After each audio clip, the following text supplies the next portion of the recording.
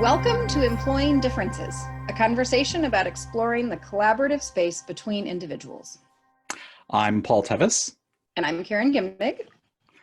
If you're new to the show, each episode we start with a question and we see where it takes us. This week's question is, what are we tolerating without noticing what it's costing us? I think this is one of those things of just getting way more conscious about what's going on for us. But I think in a lot of ways in life, when we ask ourselves, how's it going? Is it working? When we sort of try and do self-evaluation, what we actually answer is, are we within our zone of tolerance? If I'm tolerating everything that's going on, then I say it's going well. And my premise when we're asking this question is that actually a lot of times we're tolerating things that are taking away from our potential, that are taking away from the possibility of what might be. And so that curiosity about what are the things that we tolerate without noticing what it's costing.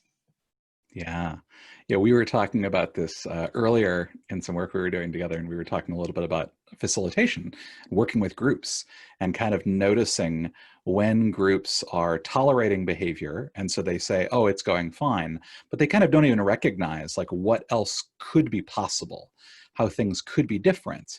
And sometimes as an outsider, it's easier to notice that. Which is kind of the context that this came up in. When we talk about what tolerating something costs us, I think that kind of, it loads the dice a little bit. Like there are reasons why we tolerate stuff. Maybe I want to kind of start there. It's like when we talk about living within the zone of tolerance of okay, this is okay, I can work with this, it's going fine. Why do we do that? Like, what are some reasons why we choose to live there? I think sometimes we don't even notice. So an example that just as a life example as a demonstration was at some point as I aged, I realized that I was getting really serious eye fatigue when I was driving, and went to the eye doctor and they said, well, yeah, actually you've never been able to see very well, but you've been able to flex the muscles in your eyes enough to compensate for that. So you've been able to see. And what's happening is now you're getting old. Nobody likes to hear this. I was 32, I think. You're getting old and your eyes aren't able to compensate anymore. And in that case, I probably was fine without glasses until I wasn't anymore. Like I lost my ability to tolerate. But in fact, what had been happening was I'd been working pretty hard at being able to see without realizing that it was taking my energy and it was taking my focus, and it probably was reducing my peripheral vision and some of my safety in driving and all those things. And I didn't even notice that it wasn't there until it got bad enough that I couldn't help but notice it. And I think in that same way, we've got that person who interrupts all the time, but we manage all right and we get to the end of the meeting. And so we don't address it because we're fine. And then at some point, maybe there's a second person who interrupts, or there's somebody joins the team that's really sensitive to that interruption, or whatever it is that suddenly makes it intolerable. And what we realize is it was actually a problem that was taking away from our productivity as a team and was taking away from our trust and safety and all those things. And we just didn't notice that was happening. Yeah. I think there's two things that I heard you say in there that are both really true for me. One is just a lack of awareness. Like we don't even realize we're doing it. It's automatic. It plays into previous established patterns or habits. Like, we've been told this is how we're supposed to behave when we're in this sort of situation, or we're just we've grown to expect it for whatever reason. And so our brain just kind of filters it out, right? We're unconscious about these things. So there's certainly a lack of awareness. And then I think sometimes even when we become aware of it, we do the mental math and just kind of go, it's not worth it sticking my neck out trying to make things better. Right? It's like, my boss just keeps interrupting all of these other people. Where is it going to pay off for me to actually say something about that? I think we either implicitly or explicitly do that. I know that Amy Edmondson talks a lot in her work on psychological safety about doing the math of like, do I speak up and point out there's a problem? Right? And she points out that very often it makes total sense for us to not say anything, because if we are going to say something, it's likely the organization that benefits instead of us, and that benefit is likely in the long term rather than the short term. Whereas if it goes wrong, it's likely to hurt us immediately.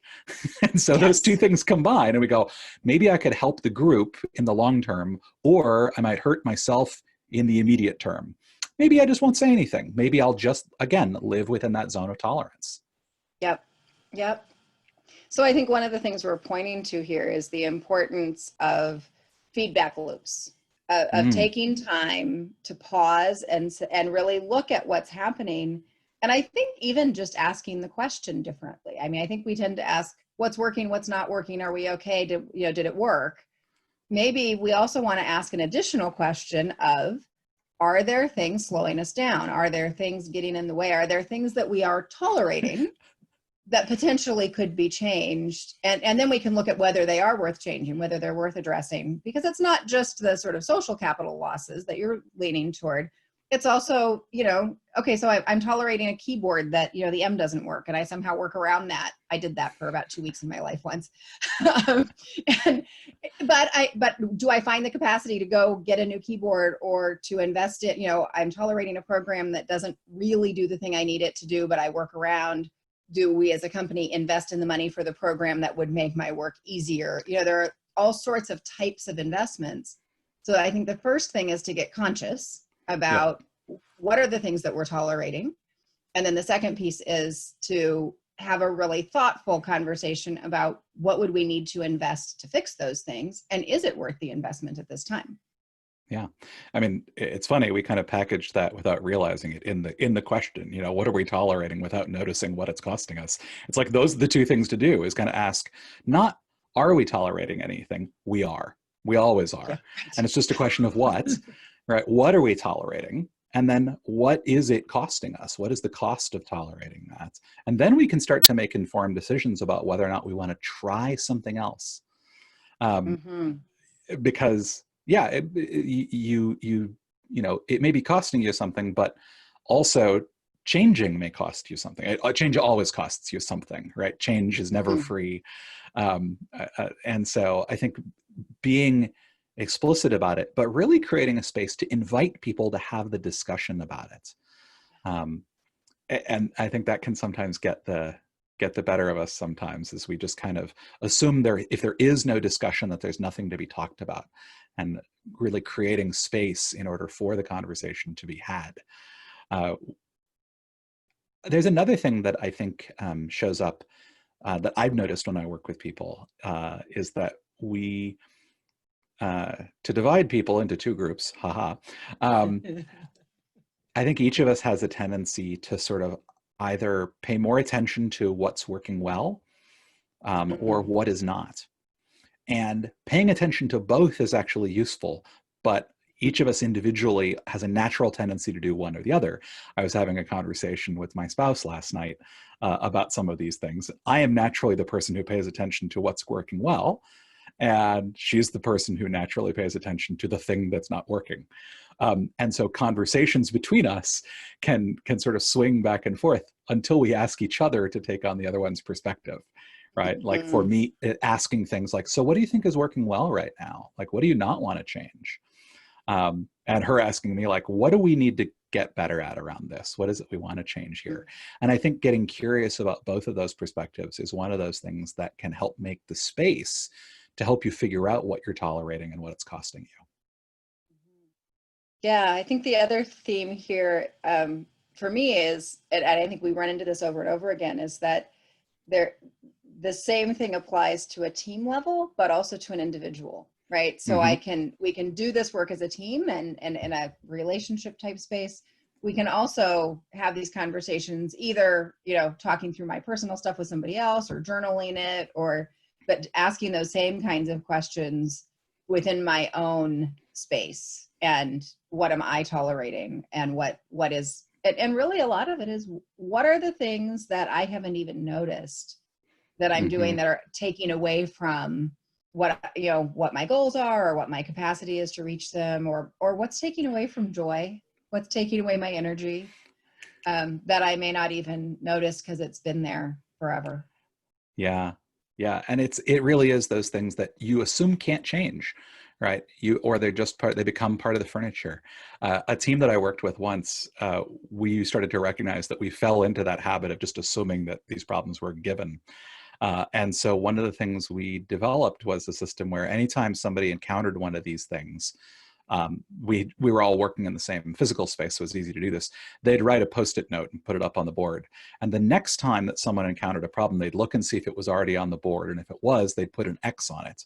And the third time someone would go up and they'd find it was already on the board, already had an X on it, we would stop and we'd figure out what to do about it.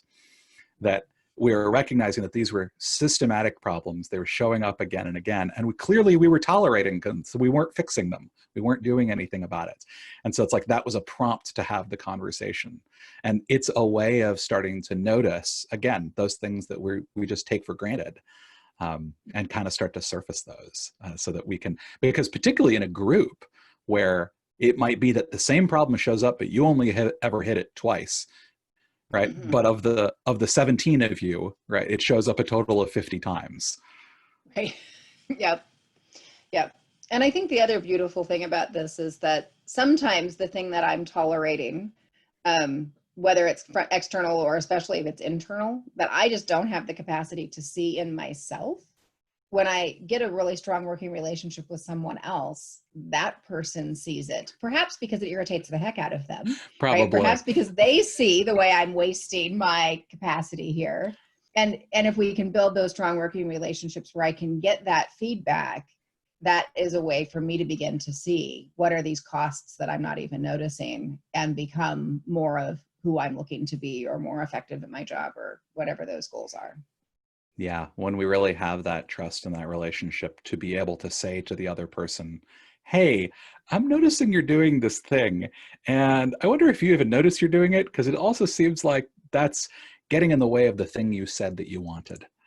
And those conversations can be hard, but when we actually have the connection and the trust to be able to do that, they can be incredibly powerful and incredibly useful. Yeah, I think so too.